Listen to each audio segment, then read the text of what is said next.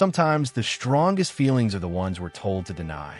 In a quiet house filled with unspoken tension, a father finds himself drawn to his son in ways he never imagined. Get ready for a deeply emotional story about forbidden love, secrets, and the devastating consequences of crossing boundaries. This is a tale that explores the complexities of desire, the pain of hidden feelings, and the shattering impact of forbidden love on a family. The house was still, but the silence spoke volumes. Standing in my son's room while he slept felt different lately. There had been a growing distance between my wife, Sarah, and me, but with him, everything felt easy, a pull I couldn't explain or deny.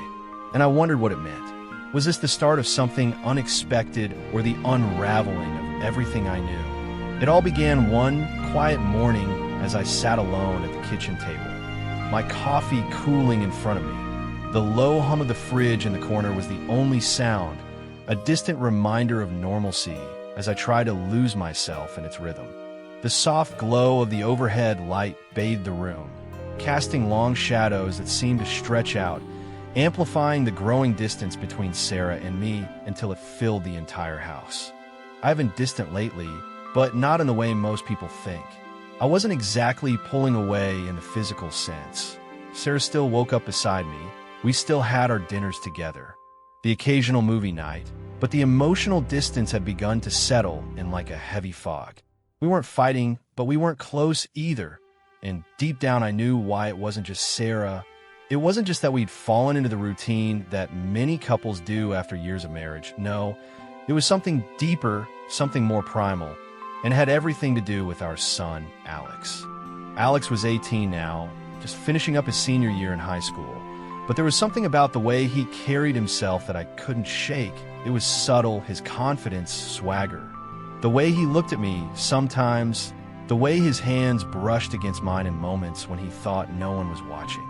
There was a closeness between us, a connection. But it wasn't the father-son bond one was used to. It was different. I couldn't explain it. Maybe I was just seeing things that weren't there. But I couldn't ignore the pull I felt every time I looked at him. Alex has gone to a friend's house for the night, Sarah said from behind me, her voice pulling me back to reality.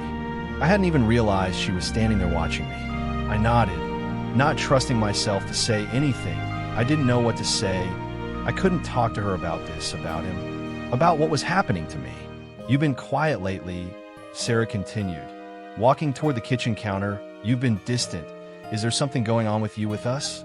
There was the question I had been dreading, the question that always seemed to come up when things were starting to fall apart.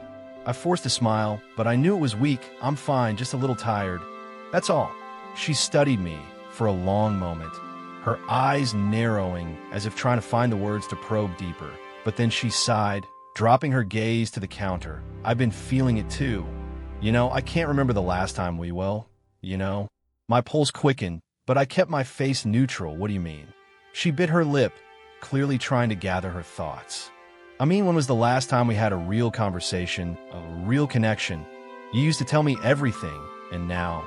She trailed off, her voice faltering as she turned her back to me, clearly frustrated. I swallowed hard, my heart racing, but I knew it wasn't just Sarah who was being ignored. It was me too. I had pushed her away, not because I didn't love her, but because I didn't know how to reconcile the feelings I had, the feelings I couldn't control no matter how much I tried to bury them. I could feel Sarah's eyes on me, waiting for some kind of response. I opened my mouth, but the words didn't come. Instead, I stood up abruptly, pacing toward the window. I muttered more to myself than to her. I feel like I'm in a fog, like everything just is. Is it about him? She interrupted, her voice suddenly sharp, cutting through the tension. Is this about Alex? I froze. Her words hung in the air, thick with accusation, but also something else, something deeper, something I hadn't realized. She could sense the truth. I didn't answer right away. I couldn't because the truth was more complicated than she could ever imagine, and I wasn't sure if I was ready to admit it to myself, let alone to her. It's not what you think. I finally managed to say. The words were hollow, and I could feel the weight of them as soon as they left my lips. Sarah's silence was louder than anything. I could feel her disappointment. her frustration building again. But she didn't say anything else. She just turned, walking toward the bedroom. But before she left the room, she paused and glanced back at me. If you don't tell me what's really going on, I'm going to start wondering what you're hiding. I want to tell her I wanted to come clean, to confess everything, to let her know how twisted things had gotten in my head. But I couldn't bring myself to say the words out loud. Instead, I turned back to the window. Watching as the street lights flickered on outside, my mind was spinning, and I felt like I was drowning in my own thoughts. Alex, the way he looked at me, the way he made me feel, it wasn't normal. I knew that, but I couldn't shake the feeling that there was something between us, something that neither of us could explain. I stood there for what felt like hours, lost in my thoughts. When something unexpected happened, I went to Alex's room. He was asleep, the room dimly lit by the moonlight. The faint sound of his steady breathing filled the space. And as I stood there looking at him, something shifted inside me. I should have left. I should have stepped back and let things be. But instead, I found myself sitting beside him. In that moment, I realized how deep the connection ran, how it was changing me in ways I couldn't control. The door creaked open, and I glanced up to see him stir. His eyes fluttered open. And when he saw me sitting there, he didn't seem surprised. "You okay, Dad?" He asked softly, almost as if testing me. I nodded quickly, trying to keep the mask of normalcy in place. "Yeah, I'm fine. Just tired," but Alex didn't seem convinced. He sat up, and in that quiet exchange, everything changed. The feelings I'd been hiding, the connection I couldn't name, were no longer just thoughts in my head. They were real, and I couldn't walk away from it. Without another thought, I just leaned in and started kissing him. It wasn't planned. It was just unintentional, and I couldn't control myself. The moment he was about to say anything, I just walked away without saying a word, leaving him surprised. After that day, the tension between us was palpable, like a thin thread stretched too tightly, ready to snap at any moment. I noticed the way he watched me more carefully now, his gaze lingering on me with an intensity one hadn't seen before. It wasn't the look of a son seeking approval, but something else, something I couldn't quite place. One evening after dinner, Alex and I ended up alone in the living room. Sarah had retreated upstairs early, her usual quiet frustration hanging in the air. I was sitting on the couch, staring blankly at the TV, but my mind was 1,000 miles away. Alex sat down beside me, his eyes never leaving the screen, but I could feel the shift. There was an unspoken understanding between us, a weight in the air that neither of us had the courage to address. He had always been a good kid, respectful, never one to overstep boundaries. But now it felt like we were both on the edge of something dangerous, something that neither of us could control. "Dad," he said, his voice unusually soft, almost hesitant. It was as if he was testing the waters, unsure of how far he could go. I glanced over at him, my heart pounding in my chest. "Yeah?" He hesitated for a moment before speaking again. "I know things have been weird lately, with you and Mom, with us." The words hit me like a punch to the gut, and I felt my pulse race. I wanted to dismiss it, to act like nothing was different. But I couldn't. Everything between us had changed, and I wasn't sure if I could go back. "It's just," he continued, his eyes flicking briefly toward me before darting away. "I don't know. I guess I've been feeling like you're not really here. You know, like you're here, but you're not really present." I swallowed hard, tried to keep my voice steady. "I'm sorry if it feels that way. I've just been distracted." He didn't respond right away. Instead, he turned his head slightly, his gaze lingering on me, studying my face. It was like he was searching for something deeper than just the surface-level exchange of words. The tension in the room grew thicker, and I could feel myself becoming more aware of him, of the way his presence filled the space around us. There was something about the way he looked at me, something raw and vulnerable, yet confident, almost daring me to look back. And for the first time, I felt a pang of something that made my stomach twist. The connection between us wasn't just fatherly, it was more than that, and it was impossible to deny any longer. I leaned back, trying to clear my thoughts. Alex, before I could finish, he shifted closer, his arm brushing against mine, the The small touch sent a jolt of electricity through me, and I froze. It wasn't intentional, I told myself, but the way he didn't pull away, the way he didn't even seem to notice that his touch lingered, made my heart race faster. I know things aren't great, he said again, his voice lower now, more intimate, but I still care about you, Dad. I just want us to be okay again. The sincerity in his voice made my chest tighten, and for a moment I almost forgot who I was, but there was no way I could forget what was happening between us. Not anymore. The unspoken words hung heavy in the air, suffocating us both. I cleared my throat, trying to shake off the tension that had settled between us. I care about you too, Alex, but you need to understand this isn't easy. I know, he whispered, his voice barely audible, but I think we can fix it if we just talk more, if we just, connect again. My breath caught in my throat as his words seemed to pull me deeper into something I wasn't sure I could handle. I opened my mouth to speak, but the words wouldn't come. It was as if my body had betrayed me, like I couldn't keep pretending that everything was normal. Not with him, not anymore. I shifted uncomfortably, trying to regain control. Alex, we need to be careful. We can't. But then he did something that made my heart stop. He reached out and placed his hand on mine, his fingers brushing gently against my skin. He leaned in and kissed me. It was short, but the simple touch sent a shock of heat rushing through my body, and for a brief moment, I couldn't breathe. I didn't pull away. I didn't know how to. I'm sorry if I've been too much, he said, his voice breaking the silence. I don't want you to feel uncomfortable. I don't know how to fix things. The sincerity in his words was overwhelming. But there was something else too, something deeper, something more dangerous. I looked at him, my mind racing.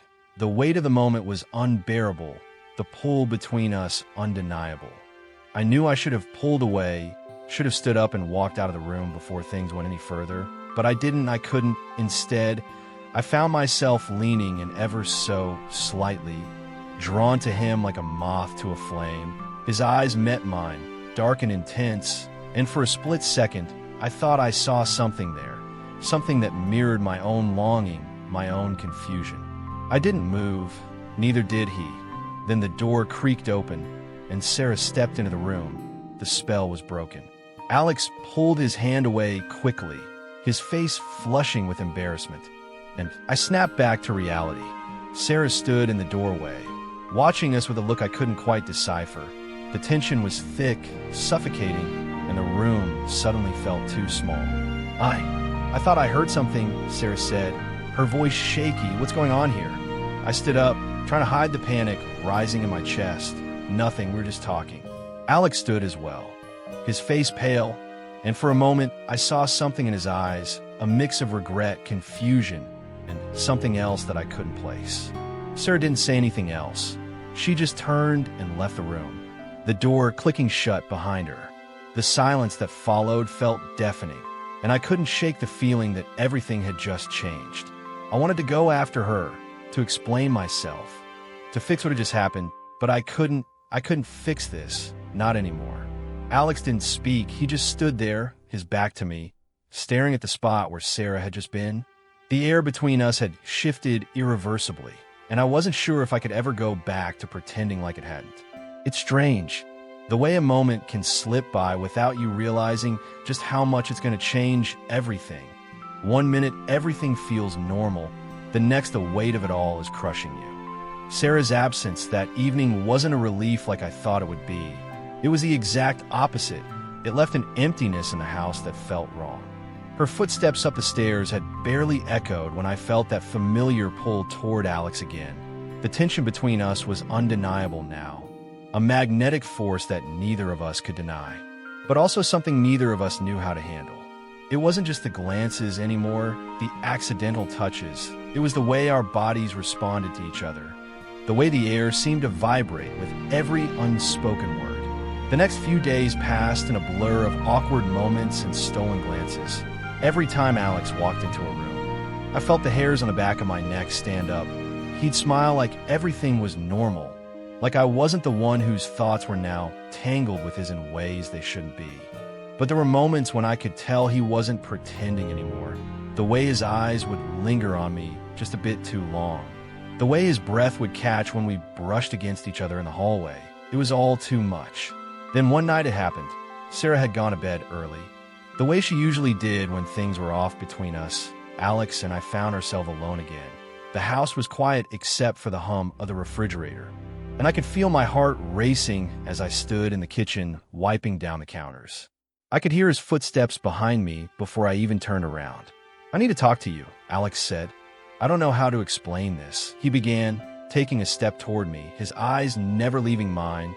There was something in them, something dark and conflicted. I don't know what's happening between us, but I can't ignore it anymore. The air between us seemed to thicken, every word stretching the distance between us even though we were so close. My hands shook slightly as I placed the dish towel on the counter. Unsure of what to say, my heart pounded in my chest, my pulse thumping in my ears. "I don't know what you mean," I said, though the words felt hollow. How could I pretend? How could I keep lying to myself? Alex didn't back away. Instead, he stepped forward, closing the distance between us until there was barely any space left. He looked up at me, his face just inches from mine. I could feel his breath on my skin, warm and steady. And I realized that at this moment, I wasn't sure if I could pull away. "I mean this," he whispered, his voice so soft that it almost felt like a secret. His hand reached out, brushing a strand of hair from my face, and the simple touch sent a jolt of electricity through my body. I froze. I couldn't breathe. For a moment, nothing existed except for us. The two of us standing there in that kitchen with everything we hadn't said hanging between us. And then he kissed me. It was so unexpected, so out of nowhere that I didn't know how to react. His lips pressed against mine with a tenderness that stole the breath from my lungs. I couldn't pull away, couldn't force myself to do anything except stand there frozen. His kiss deepened, soft and searching, as if he was testing the waters, unsure whether I'd pull back or not. But I didn't. I kissed him back. I didn't know how or why it was happening. I didn't know how we'd reached this point, but I couldn't stop it. The weight of everything, the years of distance between me and Sarah, the confusing emotions I had toward my son came crashing down on me. And I couldn't keep pretending like it wasn't real. In that moment, our bodies seemed to move of their own accord. Drawn together by an irresistible force, the space between us dissolved, leaving only the thrum of tension. The kiss wasn't like anything I'd ever experienced. It was a surrender, a release from the pent-up emotions that had been simmering beneath the surface. Time stood still as our lips met, the world outside that kitchen fading into obscurity. It was just the two of us, lost in a sea of emotions, desire and fear. Every boundary, every reservation melted away, leaving only the raw, unbridled connection between us. The world outside that kitchen ceased to exist. It was just the two of us tangled in a mess of emotions, desire, and fear. Alex pulled away first, his breath coming in shallow gasps. He looked at me, eyes wide as if searching for something in my face. He was waiting for a reaction, waiting to see if I'd pull away, if I'd tell him this was wrong. But all I could do was look at him. I couldn't speak. The words didn't come. My chest felt tight, and I felt like I was drowning in my own confusion. "I'm sorry," he said quietly, his voice cracking, the weight of his regret clear in his tone. But there was something else there too, something that made my stomach churn with both guilt and longing. I shouldn't have done that. I didn't know how to answer. How could I? The truth was I didn't regret it. Not really. I reached out, placing a hand on his arm, my fingers brushing against his skin. "Alex, we can't do this." I whispered, my voice barely audible. It's not right." He nodded, but I could see the hurt in his eyes. I didn't mean to make it weird. I just couldn't stop, neither could I. The silence that followed felt heavier than anything I'd ever experienced. I knew I should have walked away, should have told him that this was the end of whatever this was, but I couldn't. Instead, I stood there, my heart pounding in my chest as he slowly pulled away from me. I wanted to say something, to fix it, to make everything go back to normal. But nothing felt like it would make a difference. The line had been crossed, and there was no going back. "I'll go to my room," he said softly, his voice strained as he turned to leave. I didn't stop him. I couldn't. And as he walked away, I stood there in the kitchen, my hands shaking, my mind reeling. I didn't know what was happening anymore. Didn't know how to process what we just shared, but I knew one thing for sure. Nothing was the same. The truth was I couldn't walk away from this.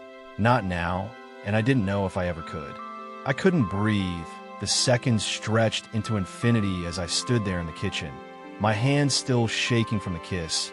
It felt like I had just stepped into another world. When I wasn't sure I could leave, the air in the room was thick, and the silence felt suffocating. My thoughts were scattered, broken pieces that I couldn't make sense of, and the guilt. The confusion was overwhelming. I should have stopped it. I should have pulled away, but I hadn't. Instead, I stood there paralyzed, my body betraying me as much as my mind had. The last thing I wanted was to hurt Sarah or destroy the fragile bond I'd once had with my son. But the truth was it was already too late for that. I wandered through the house aimlessly after Alex left, the emptiness surrounding me. I couldn't face Sarah, not after what had happened. She had no idea, and I wasn't sure I could ever look her in the eyes again without seeing the lie I had become. It was a few hours before I saw Alex again. The house was dark except for the soft light coming from his bedroom. And when I knocked softly on his door, my heart thudded painfully in my chest. It was now or never. I couldn't avoid him anymore. I couldn't pretend that nothing had happened.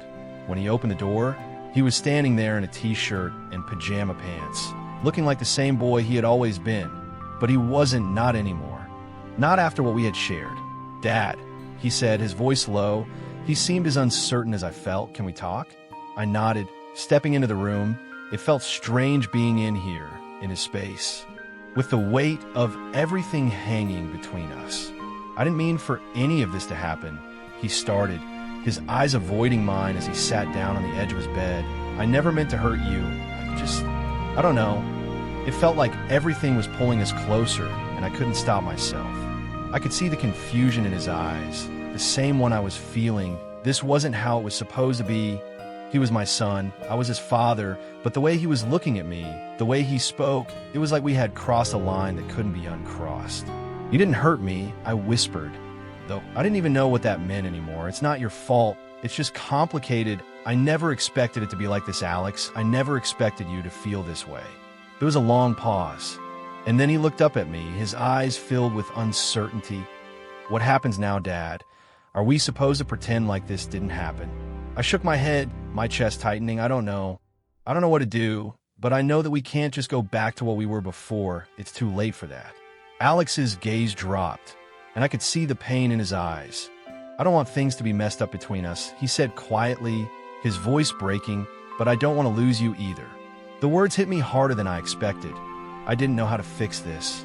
I didn't know how to go back to the way things were. All I knew was that I had crossed a line that should never have been crossed. "I don't want to lose you either," I said, my voice thick with emotion. "But I'm scared, Alex. I don't know how to fix this. I don't know what it means for us now." There was a long, painful silence between us. I could hear the clock ticking in the background, and it felt like the minutes were dragging on forever. I didn't know if I could handle it, this crushing weight of knowing that we had both felt something we shouldn't have. Finally, Alex stood up, walking over to me. He didn't say anything. He didn't need to. He just placed his hand gently on my shoulder, his fingers warm against my skin. For a moment, everything seemed to stand still. All the noise, all the confusion faded away, leaving just the two of us.